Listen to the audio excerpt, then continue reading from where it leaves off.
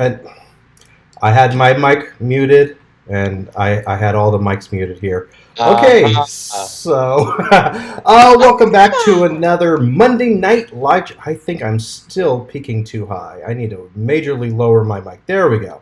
Now I'm not peaking. You're always Welcome, speaking too high. everyone, back to another Monday night live chats. I am the host, Aaron Matthew Kaiser, and I am very excited for tonight's guest. First of all, yes, this is a brand new time. This is an hour earlier than we've been doing. I've been trying to just kind of tweak and play with things. So hopefully, this hour earlier works for everyone. And if not, you can always watch the episode in the archive. Like it finishes processing like an hour or so after we're done. So, but I'm really excited. Just really quickly, next week you want to make sure to join us. It's the day of the solar eclipse, and I will be having tech reviewer JD Provost from JD Tech TV will be joining me, and we'll be talking all things tech reviews and science because he's done a lot of work with JPL and et cetera, et cetera. So I think that should be a fun episode. But today, allow me to introduce my guest, a good friend of mine. He is an LA actor, an impressionist, and the originator of the one man Breaking Bad tour, Miles Allen. Miles, you're on. Ta-da! What up, people? So, hopefully, over the next few minutes, we'll see some more people populate into the chat room. I see that we've got a few people watching the show already. So, for those of you I'm that not might be talking about new, a million that people. aren't familiar with what we do, we've got the chat over to the side of the screen, and it will populate as we go along. And so, feel free to ask us questions. And this is kind of like the interview show. Miles and I are just going to have a conversation, and you'll be here to join along and have some fun with us. So, Miles, it's good to see you again. It's been a couple of months. I know. I was at your, I think, birthday party last. Yes, so end of May, Memorial Day weekend. The day I had the cops called on me. We did. You did. You did. I wasn't a part of the cop calling. Apparently, the neighbors I'm were. innocent. I'm They innocent. were jealous of 10:30 p.m. Saturday night, Memorial Day weekend, a party that was going on half an hour past quiet hours. 10:30 in LA. That's ridiculous. Yeah. And when the cops came to talk to me, they were standing behind the cops, like watching, like arms folded, like what are they going to do to this guy? And the cops were even like, yeah, you're not that loud. Just close your door and you'll be fine. Because I mean, the party was mostly over at that point. It was stragglers, and we were playing games at the TV, which was right next to the doors, which were open. So, Right. Some people but just like to have something to complain about. Speaking of which, my check's in the mail, right? No, I was kidding. So, yeah, geez, how long? We've been friends now for a few years. I think since around the time I started doing photography.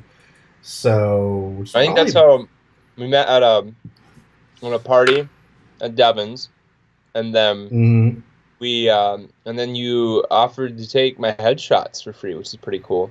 Right. And Well, it and was more like portraits, but you probably had a right, couple of shots in there you were able to use as headshots. absolutely, yeah. I actually used one for my when I first was like out here and trying to find like pickup work. I was doing like childcare, like being I was a manny.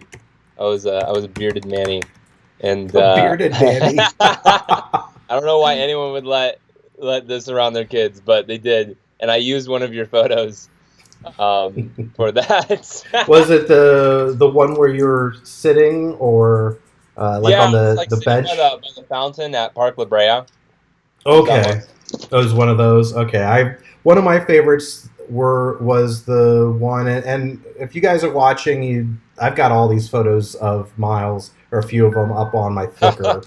So it's We've been using the hey, black one. Drew is in the room. Mark, my world is in the room. Lunar's in the room. Welcome everyone. Just like I said, keep throwing some comments at us. But yeah, I've got all the photos up on my Flickr, flickr.com/Aaron Kaiser. So I've got one where you're sitting on this bench looking kind of contemplative with like your hood over your head. But then I've got that. It was my first levitation photo, and there's a few things wrong with it just because it was my first attempt. But it's I was able to Photoshop out the box you're standing on, and so it looks like you're standing there in front of the fountain. I got like the shadow cast on it, so those are probably my two favorites. Yeah, no, and that was before the beard, that started it all. BB, it was 2BB instead of 2BC or whatever. Yeah, the beard. I owe my beard everything. When I think about it, the beard is all. So your beard used to be a little bushier. Yes. Okay. It was quite a lot bushier. Do you want to go in the story of the whole viral video and all that? Right. So, I'm going to let's presume that those in the audience are not familiar with your work. Would you like to tell them who you are? Follows my life. What the heck? What? That's ridiculous. No. So, yeah. For those of you who don't know what Aaron's referencing, which is I'm assuming most of you, back in 2013, my buddies and I did a viral stunt that garnered between Facebook and YouTube over 40 million views. Whoa. I knew YouTube was like 1.7 million. I just checked that today. 40 That was million? On the original video. Unilad re-uploaded it / stole it.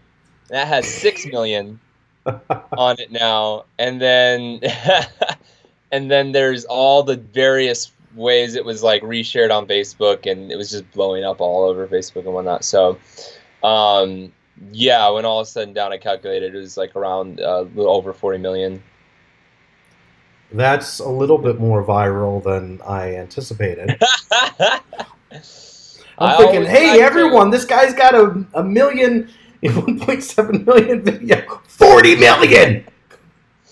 Yeah, so basically, I was sitting in my living room back in good old 2013, and my buddies and I had just watched the second to last episode of Breaking Bad. And I love Breaking Bad. All my buddies love Breaking Bad. It was a fun thing to do.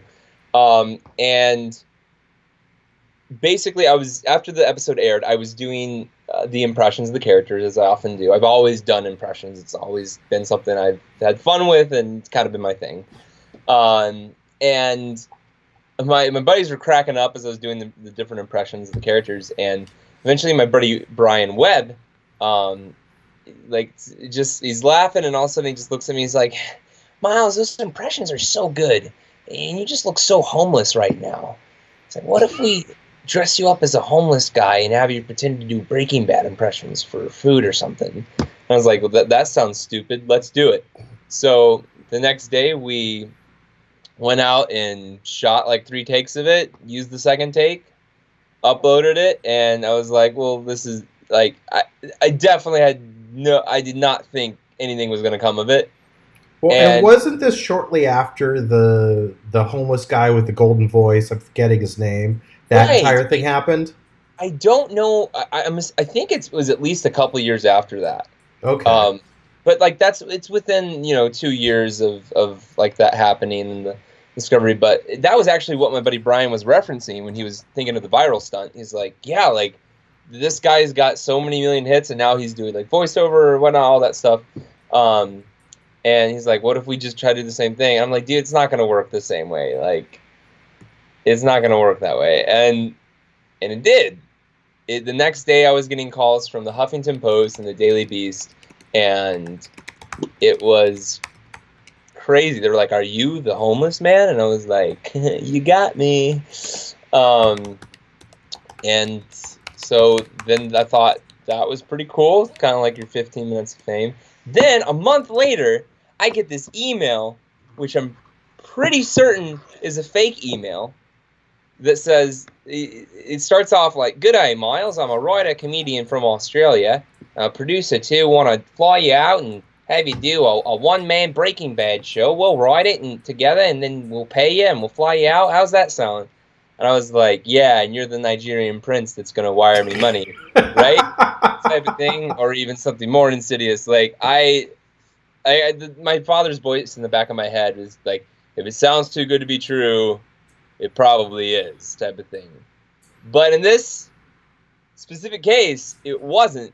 It wasn't too good to be true. It was true. This was I researched him. He was a legitimate producer and comedian in Australia, and I signed a contract with him. Flew out to Melbourne, thinking that, man, like, these guys, I don't think they're gonna make any money from this. To be honest, like I really think I'm getting the best end of the deal here.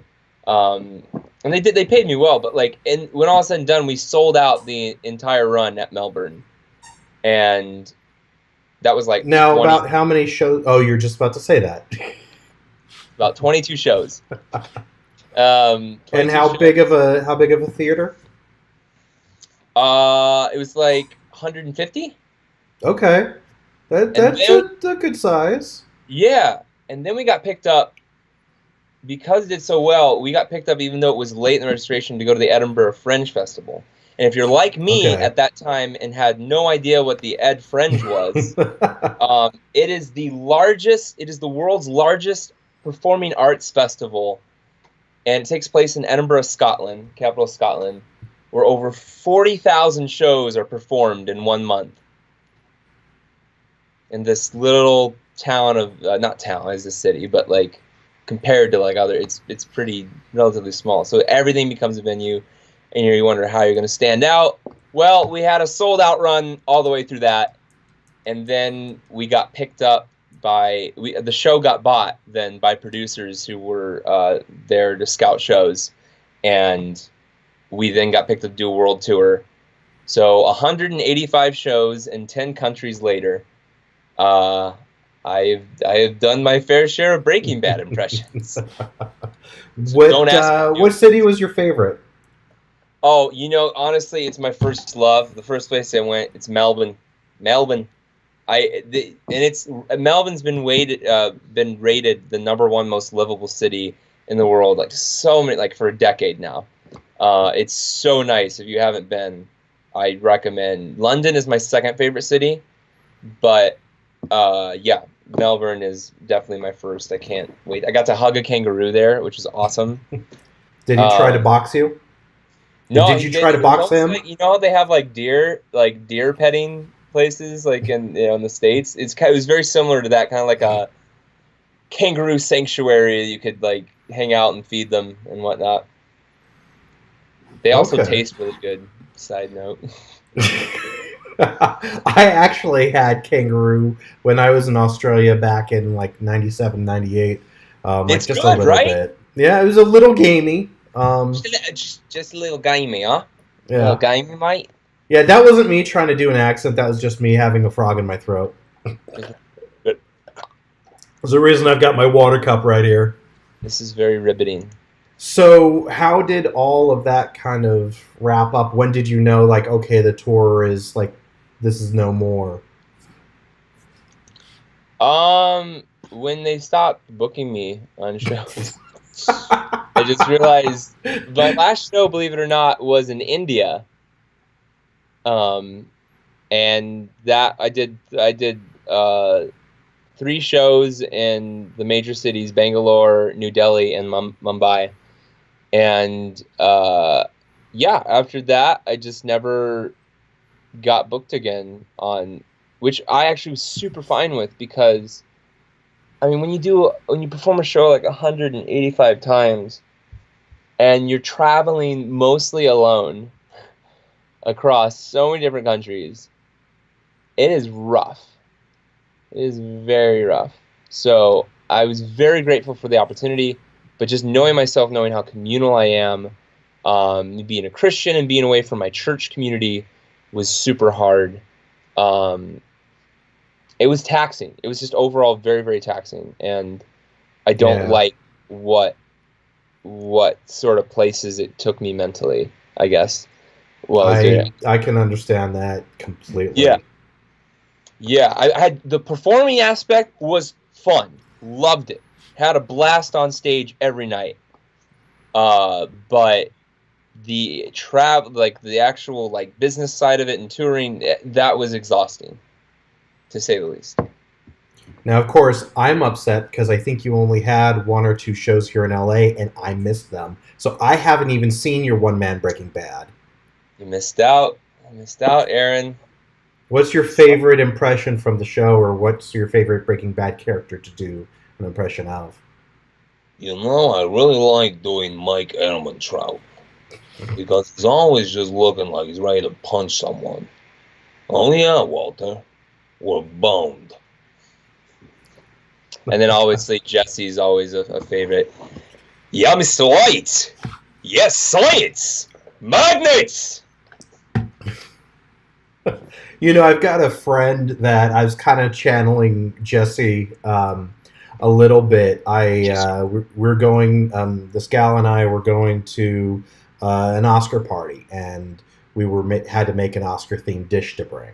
And so we like went and got all the ingredients, and I think she was like carrying the huge bowl and everything into, I was driving. I went and opened the car door either for her to get in or I think to get out, and she just was like not expecting me to get the door for her, and she thanked me, and I just go, "That's called chivalry, bitch."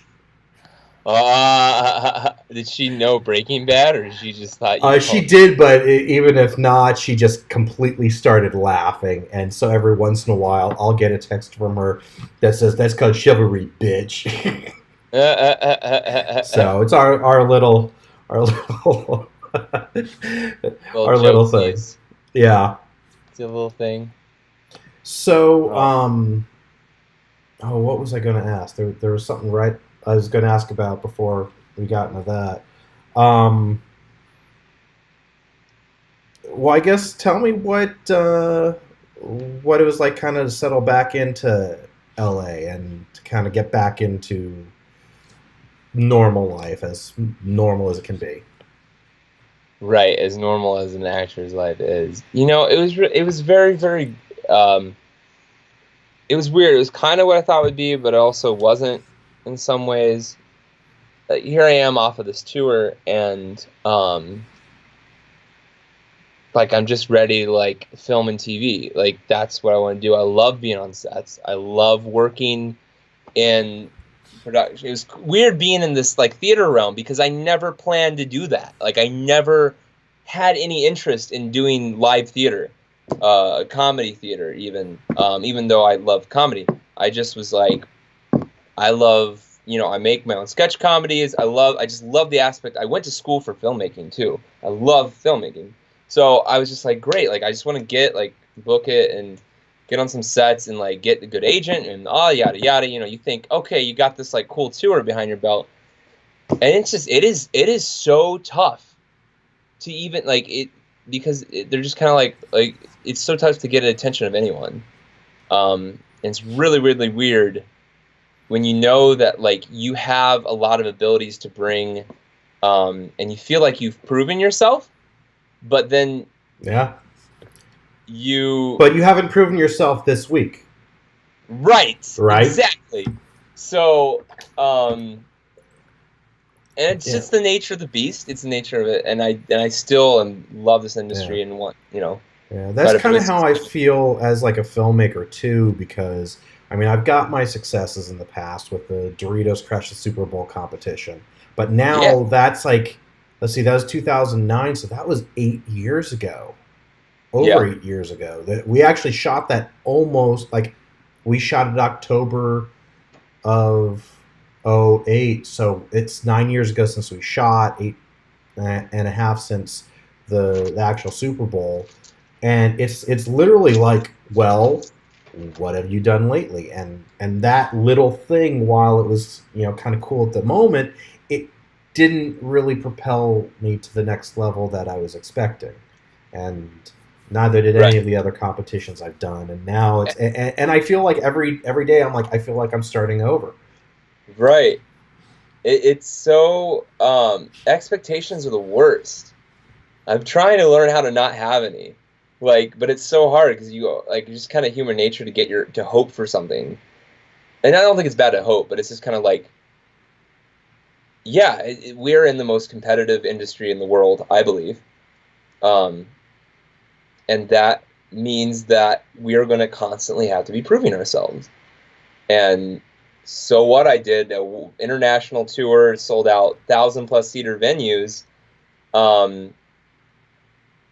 Well, where have you been on? Have you had a co-star or a guest star? No, because I've been touring and around the world, type of thing. These Yeah. weird, yeah, just these weird things. So I think a lot of it is not letting that get to you, and not expecting other people to take interest in you, I guess, and just be kind I of take interest in you, Miles. Well, That's all you need to know is I Yeah. take interest in you. That's all I needed, man. That's all I need. I'm good now. See, you just need to gain the attention of Aaron Kaiser, and you're good to go. But you don't have to like. So what if no agents will see you? Then just keep making your own stuff, and then it'll come. If you honestly know you have talent, you're good at what you do.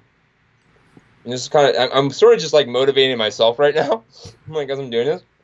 Like, the work will come. Just keep working at your craft, and don't worry about things you have no control over. Yeah. I actually did something yesterday after I did some work getting ready for this show tonight. And actually, after I tried doing a live stream that I was having some major issues with, and a gaming stream, and I ended up deleting the file. But I'm sitting there, and I've really been struggling with my day job because I've been there for like 2.5 years, which is kind of the longest I ever have been at a job, because I usually get restless like I am now. But then I'm like, it's providing me the income to have a decent life, but now I'm still coming making ends meet, Right. and paycheck to paycheck, and I literally feel like I'm just sitting there waiting for the next paycheck, and I have trouble doing my stuff while I'm there because they're paying me to be there, but even if I don't have anything to do, I've got like sometimes meetings peppered throughout the day, so it's hard for me to do my stuff, and I'm anxious to leave, but I can't do it until I replace it. So what I did was last night I actually wrote my letter of resignation. Whoa! Not with the intention of not even with the intention of like handing it to my boss like this week or anything, but it was just like I need to be kind of ready, because that's where my headspace is. I wrote my letter of resignation, and funny, I actually told a couple of people, and like one of my friends was like, "What are you doing? Why are you going to leave it? You're going to be just like you were a few years ago, living in your office." And I'm just like, but you know what? I also can't let my life slip by staying at this job where I'm comfortable.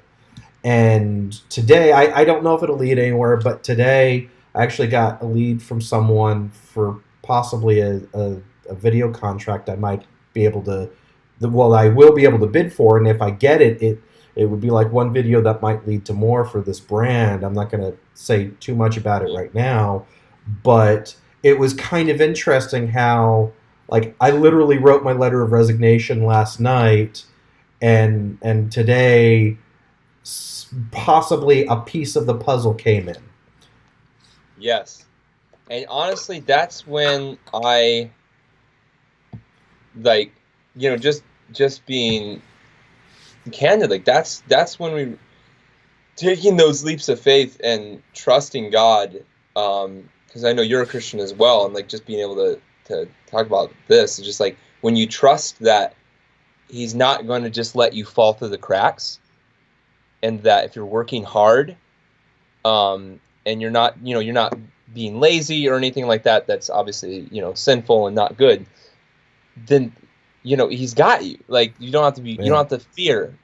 That's been a huge journey about my life, part of the whole little side note about my whole the beer, the homeless video and all that wouldn't have happened if I hadn't taken a step out on faith, because I had realized I had a huge fear. I had a lot of fear in my life. And I realized I even had like a fear of growing my beard out. And this back in 2013, because I was like, oh shoot, like, you know, my rinky dink commercial agent, boutique agency that I was at, like, they'll drop me and I'll be I literally thought I'll be homeless. It's funny, the thought I had then. And then I realized that, like, I don't believe God is who he says he is and will do what he says he'll do. And this is a problem. And for my faith, this is a huge intersection of, like, a huge anchor point of what happened. Because I was just like, you know what? I'm going to grow out my freaking beard, and I'm going to have it be an external testament of an internal choice to reject fear and trust God. And I'm going to grow it for a long time. And I would go to auditions during this time where some even friends got me, and the casting directors were like, that was good. Are you willing to shave your beard? And I said no, which, in a casting room is not a good thing to say ever to a casting director. You usually want to be a yes man, pretty much the whole time. I said no. Would I have been able to have made a convincing homeless person had I not had that gnarly beard? I would argue probably not. It would probably, like, delegitimize what that video was. And then all the things that happened further, and how God took me some really unique places, that all came from a place of trust. And so I'm just going to get off my my preacher stool right now. So, but yeah. We do have a question related to your beard from the chat room. Ujval wants to know what style of beard you have. And on top of that, I want to know, because obviously this is not as bushy as it was, are you going to kind of keep it? It looks kind of trimmed and neat now. Are you going to keep it like this, or are you going to let it get a little wild again? So I don't know what style. Right now, what I have done, I just kind of went off look. As an actor, sometimes you kind of you're just trying to stick to what your headshots look like, and I just kind of went like super. I'm very impulsive, so like a couple months ago, I like shaved my head, and then I started growing out my beard, which don't look anything like my headshots anymore. But I was just like, like, just have fun. Good things happen when I grow beards. And basically, just on a stylistic note, I just use like one of those old school, like 1950s, like safety razors with the disposable blades. I like line it. I just keep it like chiseled, I guess, or lined up. Like under, and I shave underneath. I do the same thing. I just take a little more off. Exactly. See? And just keep it. I actually tried making it a little thicker, and it just doesn't stay. It just keeps getting to this little hairline. Right. Where people think I just have a goatee. I'm like, no, it's a full beard. I go all the way around my chin line. Trust me. I got a chin. You got a chin strap. You got a chin strap. Chin strap. Yeah. Well, the funny thing is if I actually shave it off, I look like completely different. People don't realize how much this actually helps define my jawline. It contours your face really well. But side note, beards are like one of the few things that like guys grow not to impress girls, but like to impress other guys. I'm impressed by I always give guys props when they've got a really well styled handlebar mustache. That's when I go, nice job. The hipster handlebar. I can actually get mine in that. It's great. But I can do that with my nose hairs. I can get my no, I'm kidding. Grody. To answer this guy's question, I'm actually not, like, I was ready to shave this beard now because it's kind of getting hard to like eat and brush teeth and like get a bunch of, like, I just get everything in there. And but I'm actually, again, going back on like trusting and whatnot. I'm actually growing it out for a role right now, and then I just booked. I just had a call from the director of a commercial, and said that he's sending it to the producers and the client, but he's telling them that I'm the one that he wants, and he also wants me to keep my beard for it and everything. So the beard books, man. Apparently. Yeah. Sometimes, Well, it kind of, not a lot of actors are doing the beard, at least not, full time. They'll do it for a role, but in between, unless if you're Jared Leto, then you got the beard like full on, I guess. I know. And then you shave it for the Joker. Want to know how I got these scars? Wrong anyways, version of the Joker. Right. Little fighting. I like that. Awesome. But yeah, I hope that answers the beard question. So, when, like, did you guys know, like, going back to the Homelessburg video, did you guys know that was going to be a big thing, or did you just kind of think, like, hey, this will be fun, maybe we'll get a few thousand hits on it? Or did you know I it's thought not like, no, this lucky if we got a few thousand. I just thought it'd be funny to show our friends. Brian was convinced that it was going to go viral. I thought he was crazy. Clearly, I don't know what I'm talking about. And he's got a great mind, my buddy. He moved back to Ohio. I wish he was back out here because he has such a great creative mind. So I really am, luckily I have, a talent with impressions, and, I'm funny, I think. But like, I'm also the benefactor of having the right people around me at the right time. Which is super important, and I'm super grateful, just for that. But yeah, I had no idea. I thought there was no way. When I saw how it hit viral, I was like, what? It was crazy to me, man. I couldn't believe it. By the way, really quickly, to address a comment in the chat room about the stream looking good, thank you for that. I went and bought like a 50-foot Ethernet cable just before going live, so that I'm plugged into the Ethernet instead of being connected to the Wi-Fi. That's what's caused most of my problems, that and this stupid monitor I don't have plugged in. But so yeah, I've got I'm actually not going to bring it up because then I'll unplug it. But apparently I only needed 25 feet, and that's what I get for not measuring before I go to the store. But it was very quick. I had to pick it up on my way home, also buy dog food because my dog was hungry. And today was payday, so. But that is why it looks a little bit better. Plus, spend some time making the graphics. So hopefully everyone likes this little slightly polished look. If you don't like it, or if you have any suggestions, feel free to hit me up on Twitter. Let's keep going. So what the project you've got coming up, is that a feature? Is that a web series? What are you working on? So I've got two projects coming up that want my beard. One is a commercial, and then one is a NIFA film, the New York Film Academy. So the NIFA film, I'm like, it's an apocalypse. It takes place like during the apocalypse. Basically, it's the end of the world, and like I'm this violinist. No wonder you'd need your beard for that. Yeah, exactly. And so they're going to show flashbacks to me without the beard before the apocalypse type of thing. So that was kind of the gist of it. But yeah, the beard's been good to me, man. God's been good to me, but also the beard he's given me has been good to me. Bada bing. All right. You ever go out and do any like stand up here in LA with your impressions, or not really? I don't.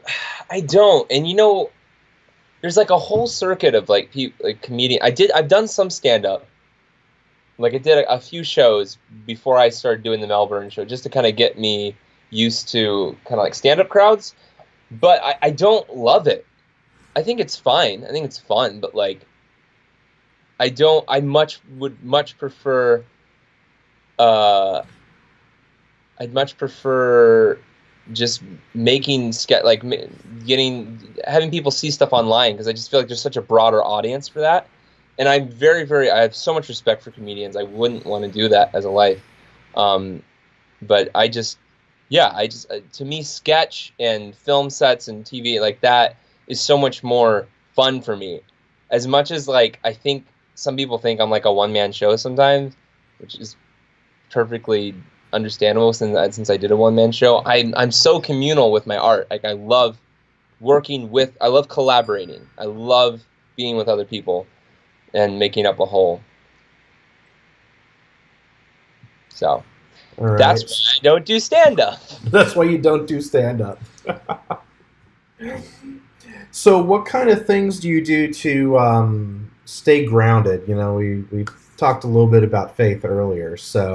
And it's very easy to get off in so many different ways, either in the more depraved areas of our mind or in the more egotistical parts of our mind. I don't have those. I don't know what you're talking about. I kid. But yeah, no, they're definitely present. I might just break bad. You just might break bad. I know there have been so many times where it's like, gosh dang it, I've got like another bill due, and I wonder how hard it would be to rob a bank. Get Right? a job as a security guard. That'll be a good way to fund our entertainment industry hobbies, just robbing banks. Just robbing You and me, banks. Kaiser. Dude, with We're- that fedora, it would be the most ridiculous bank robbers. That would be great. What would our gang name be? Gang name, hold on. Chin Strap and Grizzly. Who did? Wait a minute, someone broke into this beard. It has all the markings of Chin Strap and Grizzly. We're the Beardy Boys. That's it, the Beardy Boys. The Beardy Boys, yeah. Took care of them. Got the stuff out of the vault, boss. It did all right. So do you ever consider dramatic roles, or are you just really in the comedy headspace? Oh, I obviously love comedy, and like, cause I'm just naturally like a jokester, but yeah, the project that the Knifer project, that's a real dramatic piece that I'm doing, and yeah, I've got, I love exploring all, because like when you're on, sometimes, because I have this kind of like, yeah, like I'm happy, things are fun, we're having a good time, but like there's like sometimes when you get to express yourself in different ways through characters, you get to express different parts of you that you don't deal with, maybe, or maybe not deal with it, but like you don't explore if you just sort of gave in to envy or hatred and anger, things that are very present in me, but I actively, knowing, my faith, like I actively don't try to give cadence to those because I don't want to do evil. But in a fantasy world of like a film set or acting, like I can explore that, and I can, in a healthy way, I think. Not to say that you can also explore that in unhealthy ways, acting. But we've seen a few people succumb to that unhealthy. Exactly. So I think it's fun to just like scream my heart out at my fake wife, and like I think like it's fun. I wouldn't beat my real wife, but I love beating my fake wife. No, that is. Do not quote me on that. That is not what I said. No, they're going to quote me on that now. Just watch. I'm going to get all the... Oh my gosh. Tell me, But, have you stopped beating your girlfriend yet? I'm done. I watch like right during this conversation, and like all my friends tune in, like to just like, what's this about you beating? No, you didn't hear the thing before. Dang it. Oh gosh. Yeah. No, but I really do enjoy I enjoy doing drama in different ways than I enjoy doing comedy.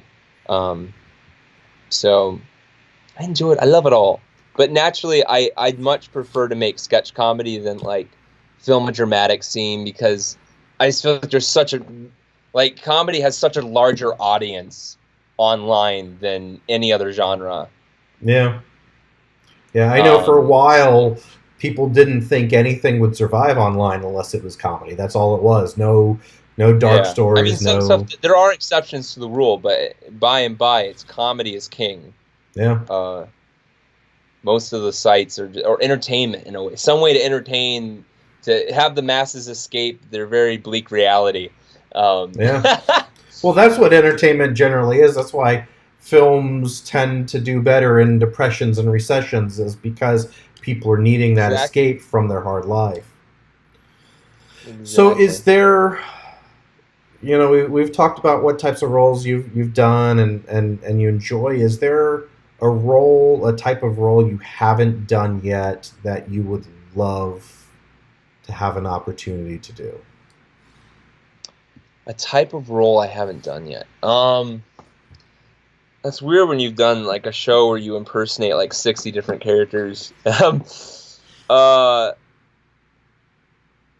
is a role? That's a really good question. I'm trying to think of like a specific. I can think of two. Well, I know like the ideal role I'd love to have would be, like, I see myself kind of like a Chris Pratt mixed with Steve Martin and Robin Williams type of thing.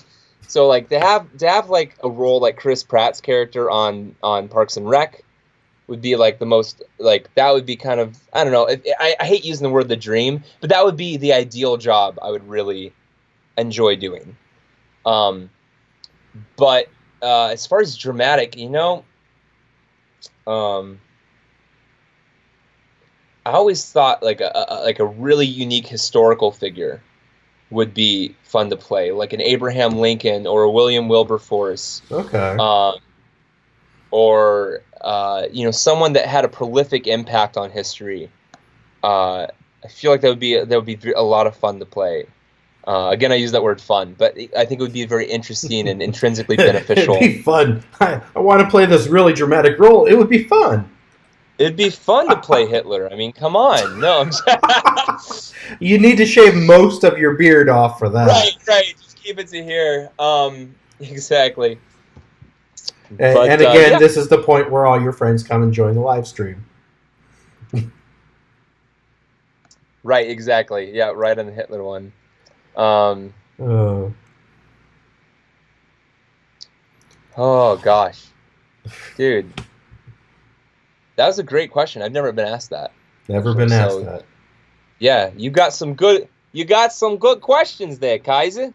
Well, it's just a matter of, we're catching up, and we get to see each other so infrequently that there's usually just catching up on like what we've done.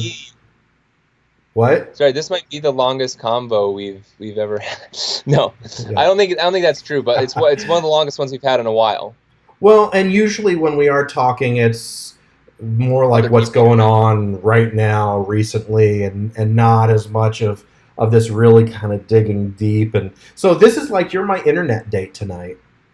Aww, don't worry, I'm a cheap date. You gonna give me a kiss right there? Give me a kiss on the first date. I'll give you a beard rub. There you go. Mm-hmm. Bless the beard. Oh man. So do you have like, I'm just kind of curious. I know you're interviewing me, but I'm just curious kind of like what's going on in your life. I know you're talking about, kind of written the resignation letter. Is there any, like, I know you were working on some animation stuff, right? I was actually asked today about like what one of my friends was like, oh, I know I need to stop procrastinating and write this one script I've been trying to write forever. And he goes, what's your thing? And I'm like, well, the big albatross over my head is my animated short. I've also got my anime series, and I've got a whole bunch of other shorts I want to do.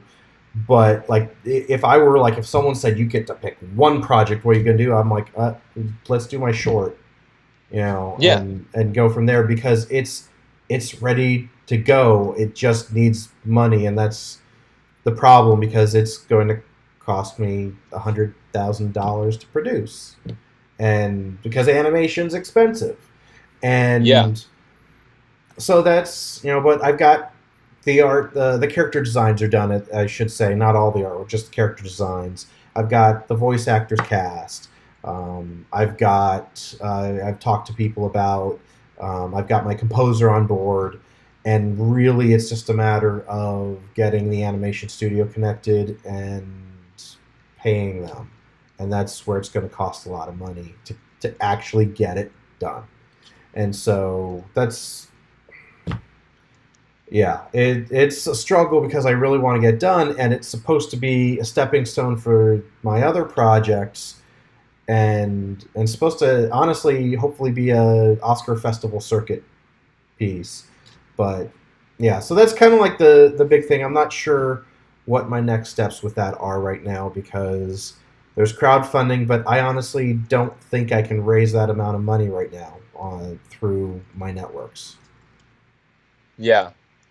Dude, funding is tough, man. It's better now that we have things like Indiegogo and Kickstarter and whatnot, but still, it's still getting people to believe in your project and what you want to do is tough. Yeah. But I believe in you, Aaron. Well, thank you. That's why I'm kind of thinking my next steps might be, I've got some shorts I want to do that, mostly for YouTube. Again, it's that entire aspect of, well, what have you done this week? How have you proven yourself this week? And so Right. now that I'm a little bit more mature in my storytelling and my filmmaking capabilities, I kind of want to go back to the trough as not just the writer, producer, but as a director, and really kind of go, see, I can tell these solid stories, and I need to start small. So I've got like this dystopian future sci-fi piece, and I've got this Western sci-fi piece, and the Western one's probably my most expensive short aside from animation, because it's I'm just guessing 10 minutes, like 15,000 ballpark estimate, just because the horses and stunts and maybe some squibs, and there's two main locations, and then actors and extras. Just gotta make it complicated, don't you, Aaron? Yeah, well, I can never do anything simply, it seems. I remember there's this one script I actually wrote. It was going to be I think I wrote the first part of the 3 parts, and it was going to be this time travel thing. And I'm thinking, okay, I want to do something that'll be easy to shoot. So the first scene is a car chase with a police helicopter and police cars, and the guy crashes into his garage door. I just not cheap. Not I'm like, I can't do that. And then another one, I'm like, oh, I want to do something I can shoot on a weekend, and then I have like a psychic explosion blow up a jewelry store. I'm just like, Oh my I gosh. don't understand how to write simple things. So that's where I've been trying to still rein it down a little bit. Like I do have this one script it's 1 page, so it's like a 1 minute short, and it's a 1 location, so that could be done relatively cheap. But I still want to pay the people. I still want to make it, you know. I don't want to ask for favors on these things, really.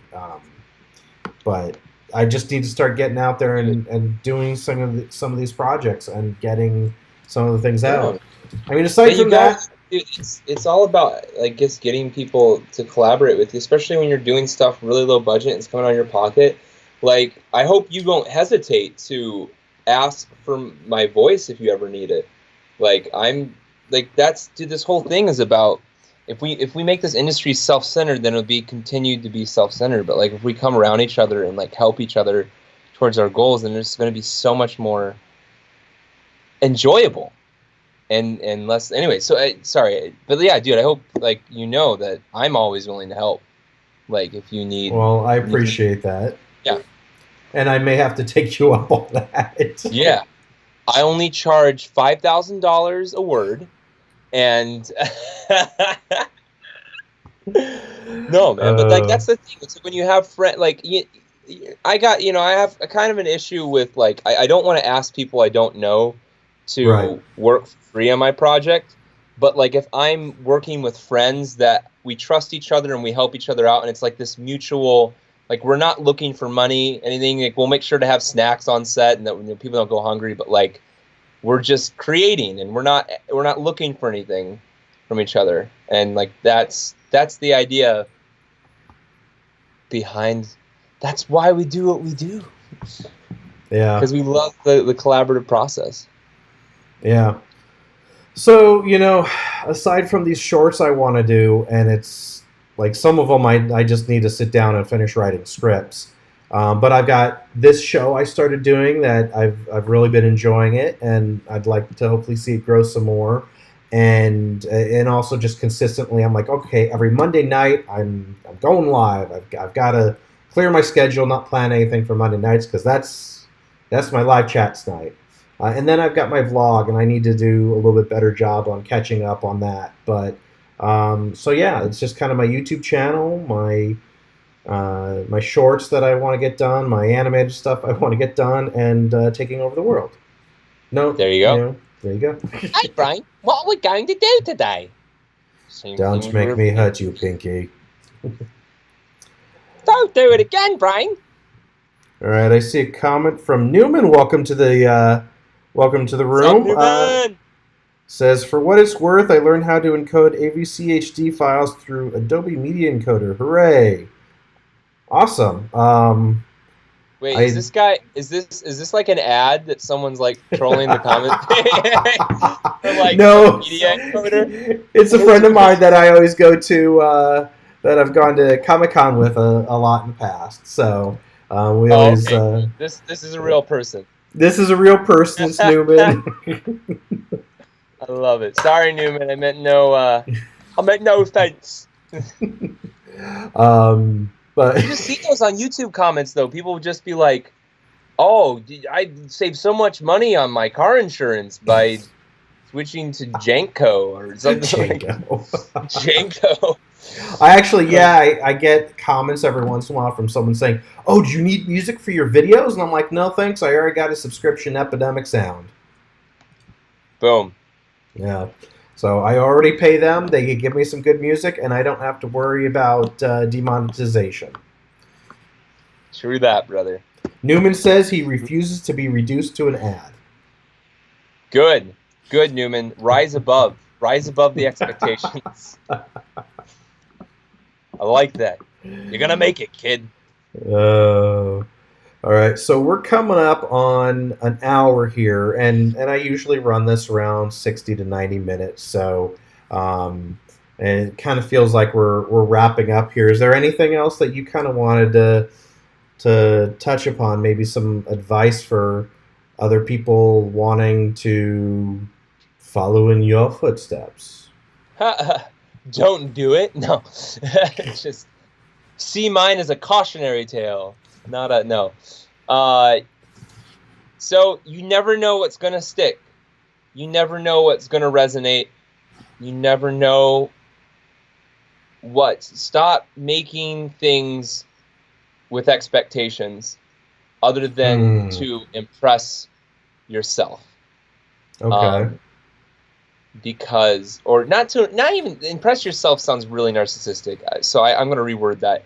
But do it in a way that'll make you be proud of your own work and enjoy it. I don't make something unless I'm cracking up at the idea of it. I don't make something unless I'm laughing while I'm editing it, at 6 a.m. in the morning. Like, it's something that my professor in college said in regards to storytelling. The same thing goes for anything: is move yourself before you move others. Always show gratitude. Don't let your career be everything, because career is a horrible god. That's a big one that a lot of people do, and even I have to check myself every once in a while to make sure I'm not doing it. No, I'm preaching to myself right here, brother. I'm preaching to myself. Some people, I think, have this idea that once there's this lie that is being spread around that if you follow your dreams, which usually means your career goals, that's kind of like interchangeable for career goals nowadays. But like then you will achieve this utopian happiness, and you're going, like, your life's going to be fine. But if you don't learn how to be content in right now in life where you're at, you will not be content when you if you reach success, if and when you reach success. Some of the darkest moments I've had are when I've had a lot of success, and some of my best moments are when I've been super broke. So, yeah, I just think you can't have your career, your goals and acting, they cannot be your God. They will fail you as your God. I obviously, as a Christian, would ask people to consider the claims of Christ, but naturally everyone is on their own journey and needs to search for that and find that. But I want them to at least ask the right questions. Is this truly going to make me happy? Do you really think that your happiness is going to come from career goals? Because just look at every successful actor.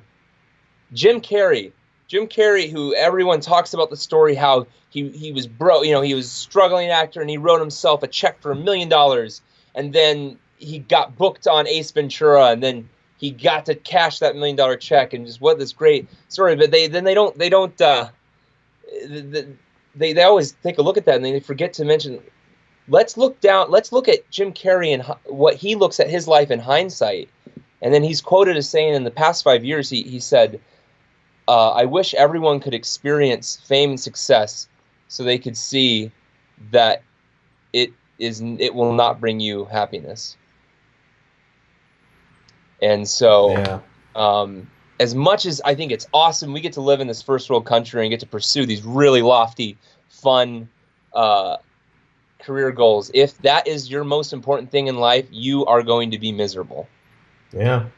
And it's so easy to, do that. But the truth is, if you're working your entire life for this very specific, outcome. And I have a general idea of where I want to be and where I want to go, but it's the how I get there that I'm leaving open, and including to even taking me completely off the path. But and the more I stray away from that goal that I've got, the more frustrating things get. And but if all you're doing is like I'm only going to be, in fact, I'm not happy now, I'm only going to be happy when this happens or that happens, then when that doesn't happen, or if something prevents that from happening, then you kind of lose your identity. And it's not even just about the happiness, it's placing your identity in these things.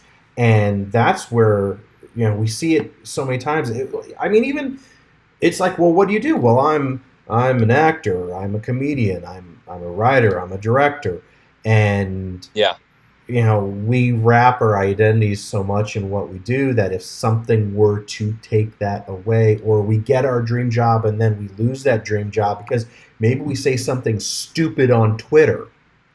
We've seen that happening a lot in the last few years, where people make a stupid joke and it gets blown way out of proportion, and somebody decides that they're going to make sure that their employer knows what that person said, and they get fired.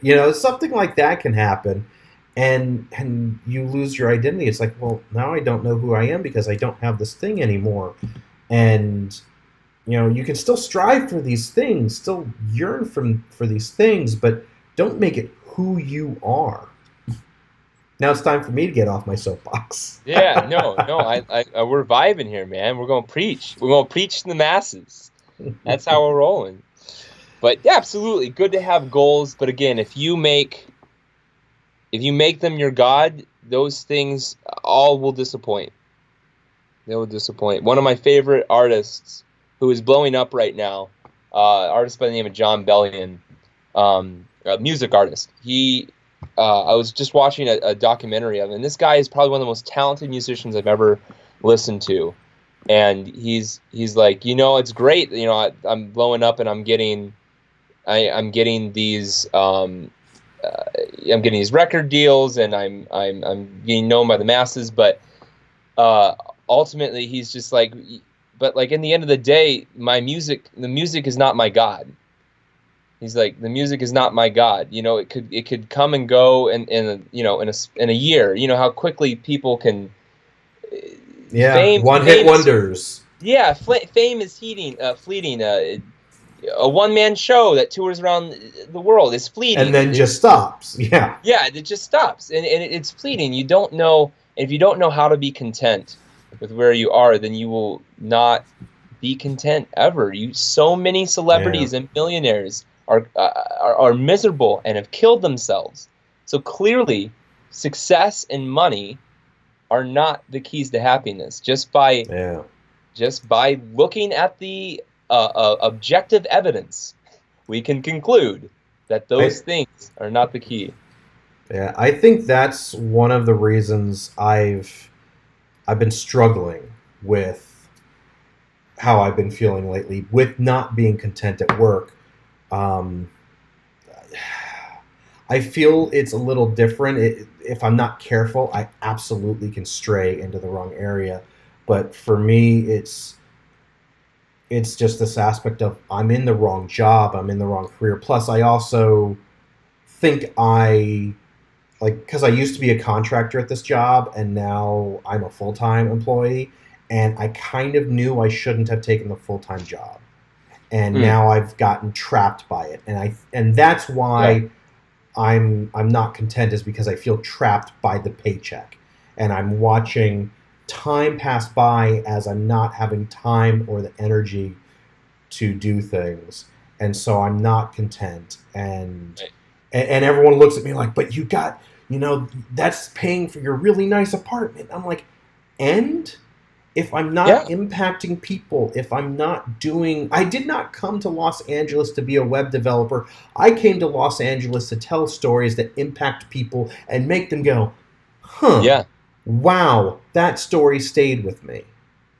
And that's another thing that it's another aspect to it. Like, you're feeling the discontent because you recognize that perhaps you've made decisions based out of fear rather than trust. Oh, yeah. I did, and not even. Dude, I've been there. Yeah. We're having a catharsis moment right here. Yeah, and not even completely out of fear, but more out of. I mean, there absolutely there was an aspect of that, but I think more of like a. I'm going to say it, and it's going to go back to just being fear, but it was my attitude at the time was like, well, if something else comes along first, I'll take that. If not, I'll go ahead and stay here. And so I stayed in this comfort zone, which does go back to fear, but I think there's something a little deeper than that too. And I'm not sure exactly how to label that. But I just wasn't willing to really do what it takes. It's like the need for security almost, and job wise. They're absolutely, that's, and I was hoping when I first got this job, I looked at my budget. I was like, you know what, my expenses are this, my income is this. I actually was planning to shovel the money into making a short film every month. I was going to shoot on my iPhone. My old iPhone, I had gotten an anamorphic lens. I'm like, I'm just going to shoot on my iPhone. We're going to make some stuff for the internet. Yes. And then my my expenses went up. I went from paying half of a cheap apartment to paying all of an expensive apartment. Yeah. But at the same time, God blessed this apartment and used this to help bless the men's ministry at my church at Tinseltown, because we've used the facilities here, Yeah. we've used the amenities, we've used my apartment, and so it's been good for me, and for different things. But at the same time, my rent went from this to this, and then Yeah. I was like, okay, my internet was wanting to raise from like $40 a month to like $70 a month, and I'm like, well, forget that, and I go and get fiber internet that's $75 a month so I can have the fast up speed. There's all these like business things I start adding up, and then I'm like, well, you know what? Now I need to get a nicer camera. I got to get a better editing laptop. And I dropped $10,000 on equipment for my YouTube channel that hasn't paid off, and I'm still paying those cards off. It's added up, and all of a sudden, that what was security has become a chain. I mean, we even you look at the Bible. You look at when the Israelites first went into Egypt. When there was the famine, and they were given the good portions of land, and it was like God intended for them to go there and do that thing, but they were only supposed to be there for a season. And then you see in Exodus where that good thing was turned into bondage, and I feel like that's what happened with my job, because I allowed myself to stay comfortable and secure. Well, it's not like you're almost wording it like that you've passed the point of no return. And I don't think you have. No, but I need a rescue. I can't just walk out of the job anymore. Now I need to have my income replaced. But I think just by dialoguing right now, I think you know what the next steps need to be. Like, I think just understanding that, like, if you stay in this spot out of like, oh, I need to be the security and whatnot, and I'm afraid of the unknown, like the anxiety is probably going to build up. Yeah, and it has continued to. In fact, some people are. I don't know if did you know I was in the hospital a couple weeks ago? No, what the heck? I was at a coffee shop with a friend, and all of a sudden the room started spinning. And I just had this severe case of vertigo. Literally, it was like going like this. And I eventually like went into the bathroom, started vomiting. We had to call an ambulance to take me to the emergency room, because I'm sweating profusely because I'm vomiting. I'm like, there's something wrong. I'm like, I think I'm having an aneurysm. It's just like something in my inner ear. They didn't see anything on the CT scan. They didn't see anything when they looked at my ear, but they're like, you got vertigo. Here's some pills. Go home and rest. And that's why I literally took like 4 days off of work, and I should have taken the entire week, because I went in that Friday and I should not have driven. I wasn't ready yet. And even like now, like I'm driving, I feel a little bit of pressure in my head, but I'm not having, like, I'm mostly over the vertigo. And, some people are kind of like, well, maybe you're pushing yourself too hard with this vlog. And I'm like, no, I think it's my day job that's killing me. While I'm at this day job, I've watched my weight go up because I'm sitting all day. I've watched me just sitting there, just kind of like emotionally, mentally check out, because I've got nothing to do certain days, and just dreading going into work. So if anything, it's like I need to get out for my own health. Yeah, dude, I think you're speaking truth that you need to hear for yourself. You know what I mean? We just sort of like, once we start dialoguing, it's like, yes, like I need to figure this out. Like, and yeah, dude, I just want to encourage you, like, when you take, if you're you take time, and you're wise with this, like, and you're not just taking that leap of faith. I'm just gonna tell you, man. Like, he's not, like, you may have to downsize something in your life. Yeah, and I've been looking at that. I've actually got my budget around here somewhere. I think, like right here. I wrote out my budget the other day, because I'm like, I got to figure out what my expenses are and where maybe I can cut something back. Yeah, no, totally, man. And I think that's a great place to start. But just being able to be like, all right, you might have like a little bit of safety net, like, oh, I can, but at some point I've had a lot of friends I have some friends that are still in just awful job environments, but they're just working for really awful people too, because these people surround themselves with yes men and women that just will feed into like and like, it's just like, leave, like, and like they're Christians like me. I'm just trust that God isn't going to let you become destitute, type of thing, and not have food and not have a place to sleep, type of thing. I think just taking that leap of faith is going to be so much more rewarding. It's going to be, it's never something that my mentor once said to me, feel the fear. You can't ever not fear. Like, you can't ever be just eradicate fear from your life. Feel it. It's real. Feel the fear, but don't let it stop you. Yeah. That's always something that I kind of, it's in the back, lock that one away in the back of the mind. I mean, I do have to say that it's like, I know I need to leave my job, and it's just like, how do I do that? Because I've been in this position before, and last time it was when I went from a day job to working freelance and didn't have enough freelance work, and right.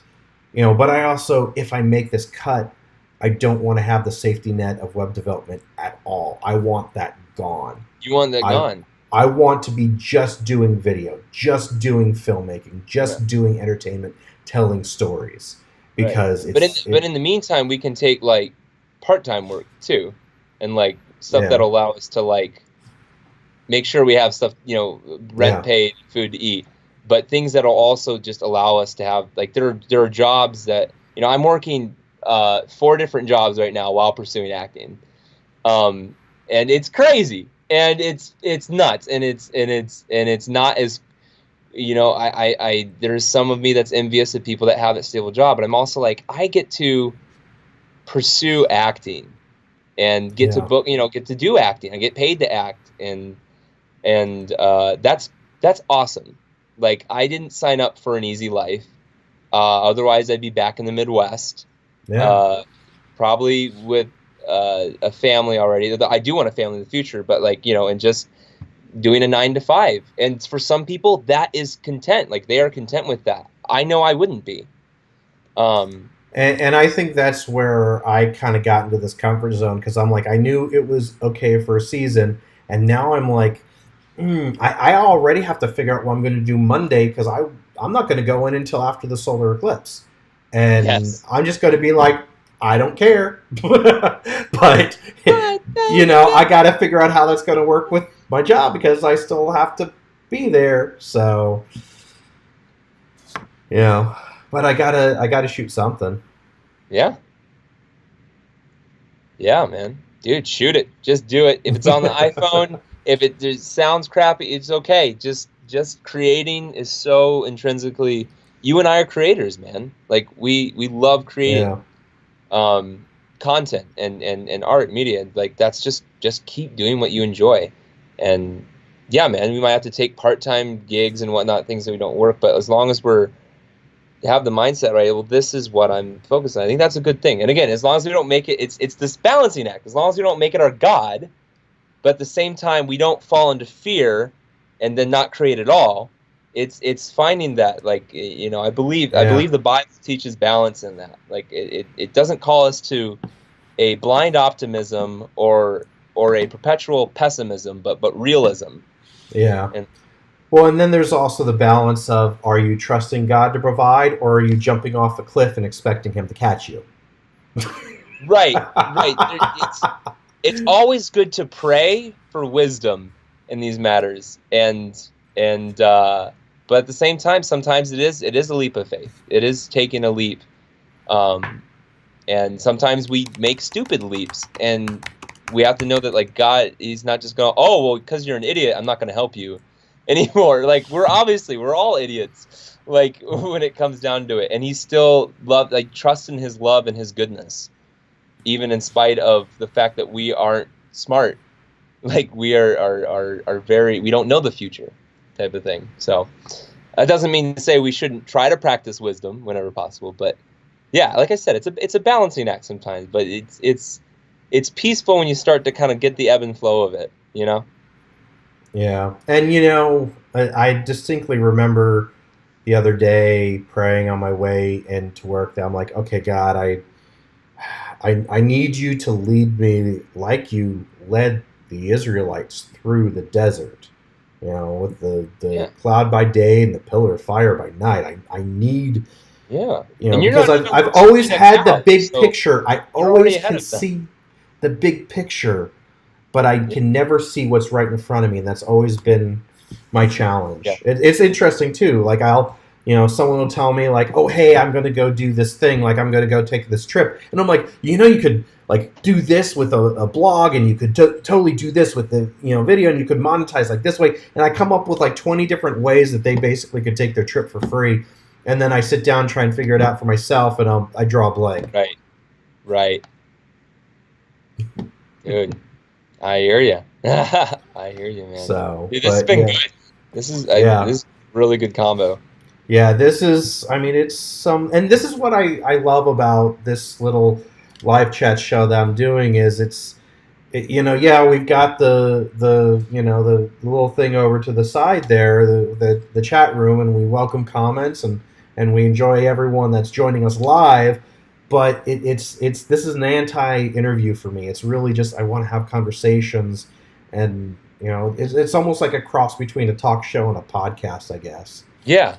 No, totally. I really like the vibe, man. I'm glad I got to hang out in this video chat with you tonight, man. It's been good. Yeah, it's been great, and I think a lot of like I've needed to hear a lot of what we've been talking about too. Just, I mean, it's still hard. I still have to take that action and figure out, okay, when am I going to give my notice? Do I need to wait for something to still kind of come through, or is it like maybe I just need to take that leap and just go and let the cards fall? I'd say set a date for yourself. That Yeah.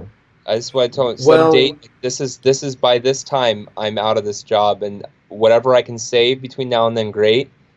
But by this time, I need to be transitioned out of this type of thing. Yeah. So, well, here's an interesting thing too. My lease is up at the end of September, and I've already been looking at other apartments. Now, unfortunately, I've been looking at other apartments in the same price range.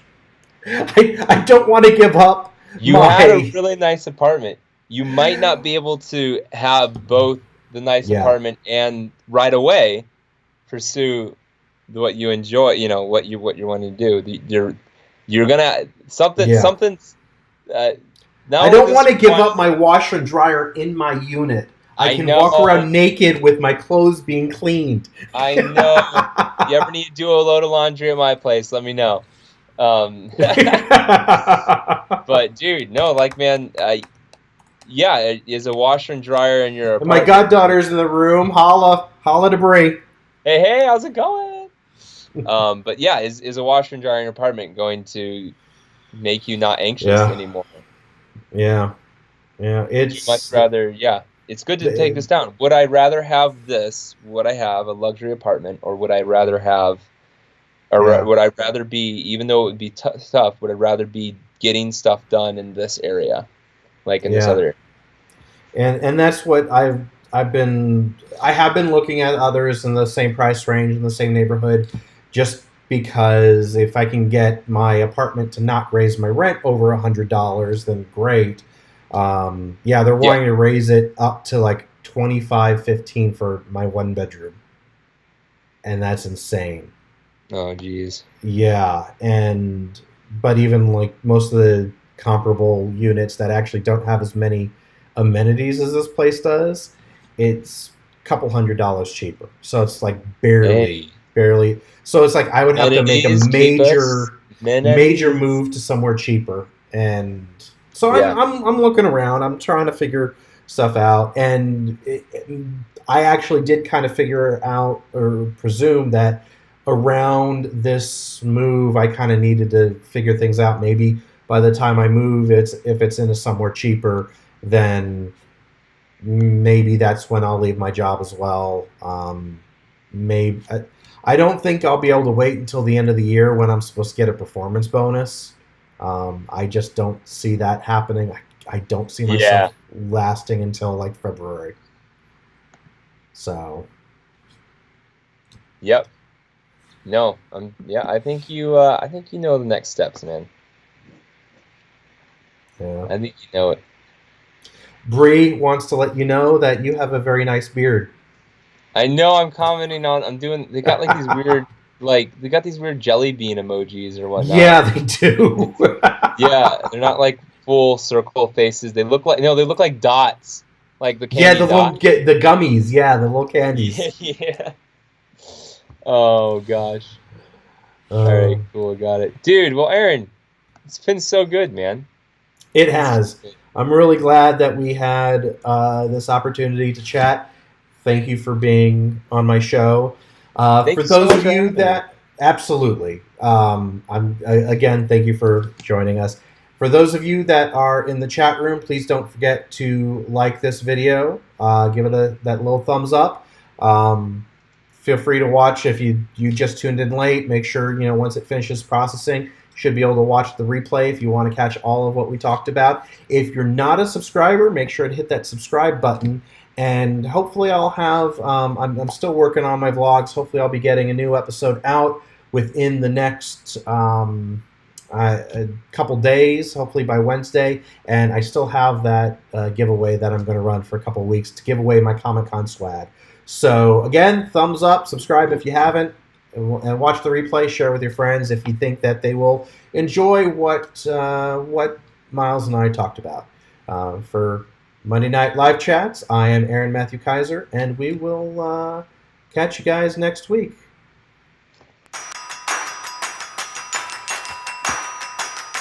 Booyah.